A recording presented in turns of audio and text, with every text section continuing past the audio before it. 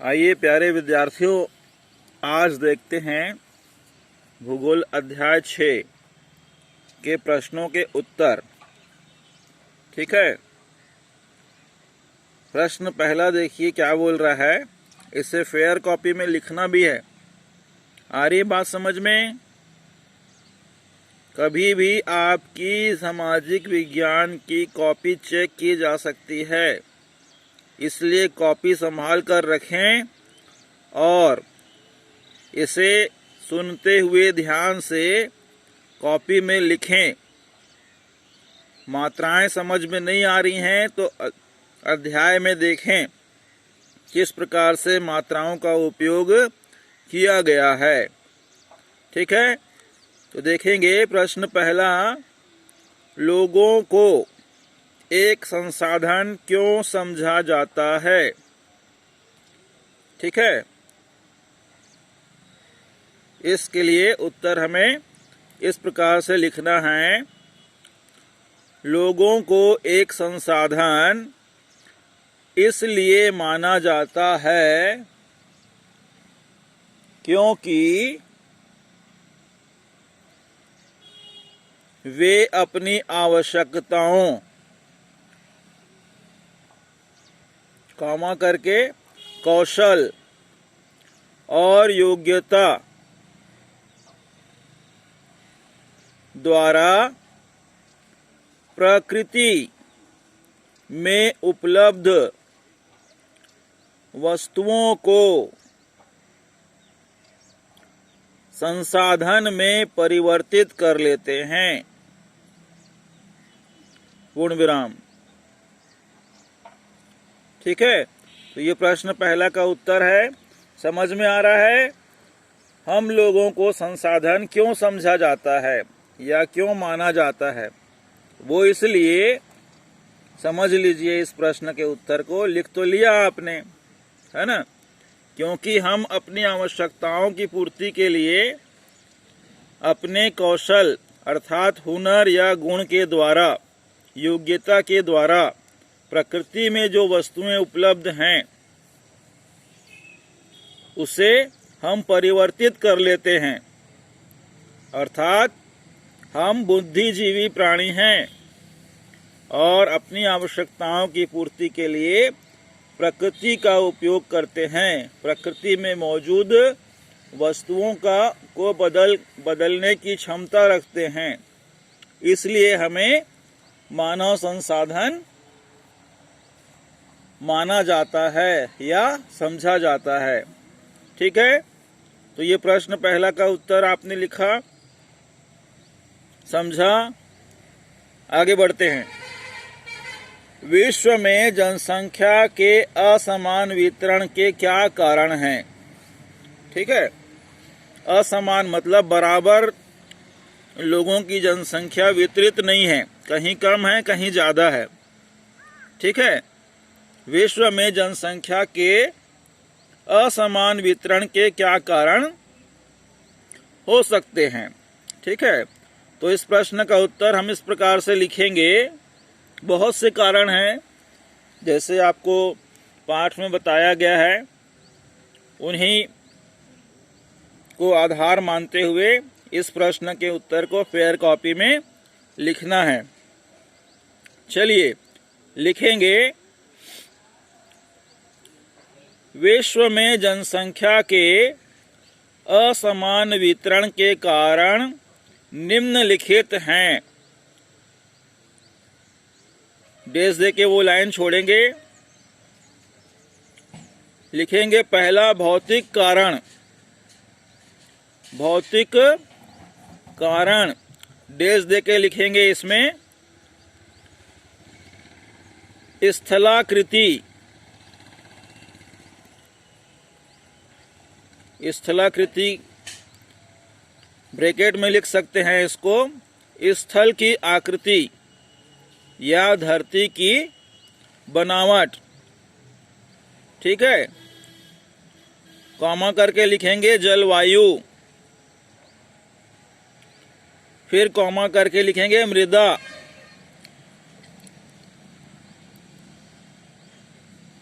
Comma करके जल और खनिज। ठीक है, ये हो गया भौतिक कारण। दूसरा लिखेंगे सामाजिक कारण। ठीक है, तीसरा लिखेंगे सांस्कृतिक कारण और चौथा लिखेंगे आर्थिक कारण आदि सम्मिलित हैं। ठीक है, समझ में आ रहा है? ये आपका प्रश्न दूसरा का उत्तर यहाँ पर कंप्लीट होता है। पाठ को अगर आप लोगों ने ध्यान से नहीं सुना होगा अभी तक, तो YouTube में जाइए, मेरा नाम टाइप कीजिए और जितने भी पिछले वीडियो होंगे YouTube में, उनको आप सुन सकते हैं, समझ सकते हैं, देख सकते हैं।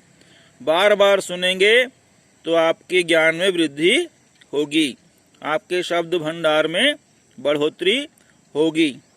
ठीक है, प्रश्न तीसरा देखेंगे, विश्व की जनसंख्या अत्यंत तीव्रता से बढ़ रही है, क्यों? ठीक है, प्रश्न क्या बोल रहा है?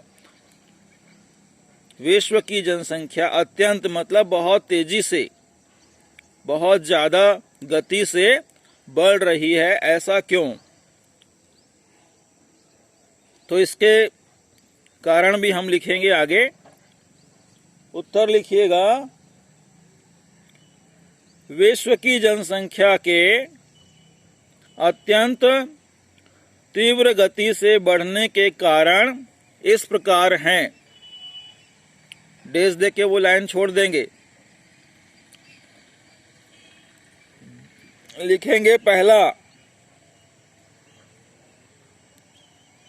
मृत्यु दर में कमी।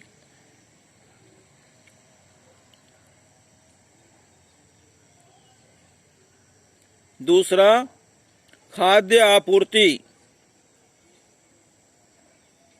तीसरा, स्वास्थ्य सेवाओं में बढ़ोतरी। चौथा, प्राकृतिक वृद्धि दर। और पांचवा, प्रवास आदि हैं। ठीक है, पूर्ण विराम। ये आपका तीसरा प्रश्न का उत्तर पूरा होता है।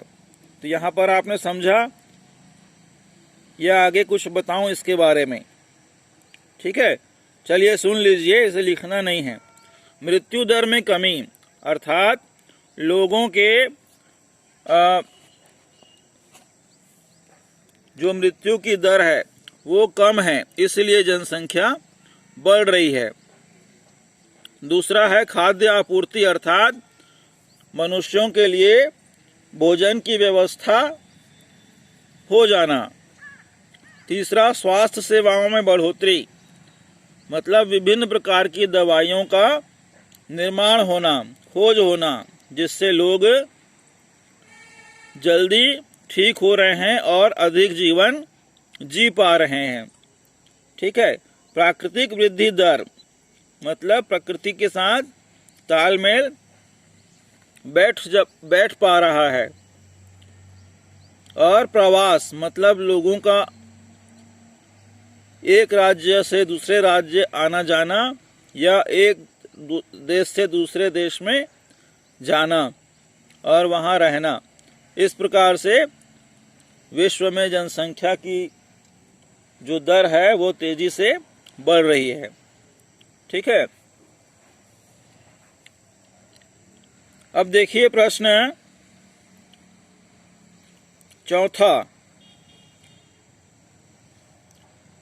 जनसंख्या परिवर्तन को प्रभावित करने वाले किन्हीं दो कारकों की भूमिका का वर्णन कीजिए। ठीक है, प्रश्न है ये चौथा इसका उत्तर हमें इस प्रकार से फेयर कॉपी में लिखना है। जनसंख्या परिवर्तन को प्रभावित करने वाले 2 कारकों की भूमिका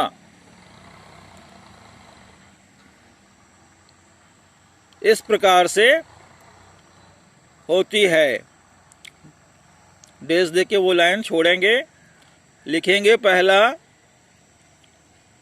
निश्चित अवधि में लोगों की संख्या में बदलाव। निश्चित अवधि में लोगों की संख्या में बदलाव, पूर्ण विराम। दूसरा, जन्म दर कॉमा करके मृत्यु दर में परिवर्तन, पूर्ण विराम। तीसरा लिखेंगे, स्वास्थ्य सुविधाओं की प्राप्ति, पूर्ण विराम। चौथा लिखेंगे, पर्याप्त पोषण आहार, पूर्ण विराम। पांचवा लिखेंगे, जीवन रक्षक टीके एवं दवाइयों की प्राप्ति, पूर्ण विराम। ठीक है, तो यहाँ पर हमने आपको 5 कारकों को विस्तार से लिखवाया है। तो ये आपका हो गया प्रश्न चौथा का उत्तर। आ रहा समझ में? अगर न आता हो तो व्यक्तिगत रूप से व्हाट्सएप के माध्यम से जानकारी ले सकते हैं।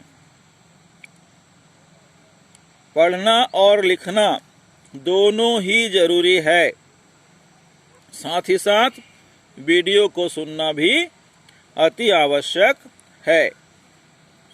तभी आप अगली कक्षा में अच्छे से अपना प्रदर्शन कर पाएंगे। आ रही बात समझ में? गर्मियों की छुट्टियों में भी आप इस प्रकार के प्रश्नों के उत्तर का अध्ययन करें या पुस्तक को पढ़ते रहें,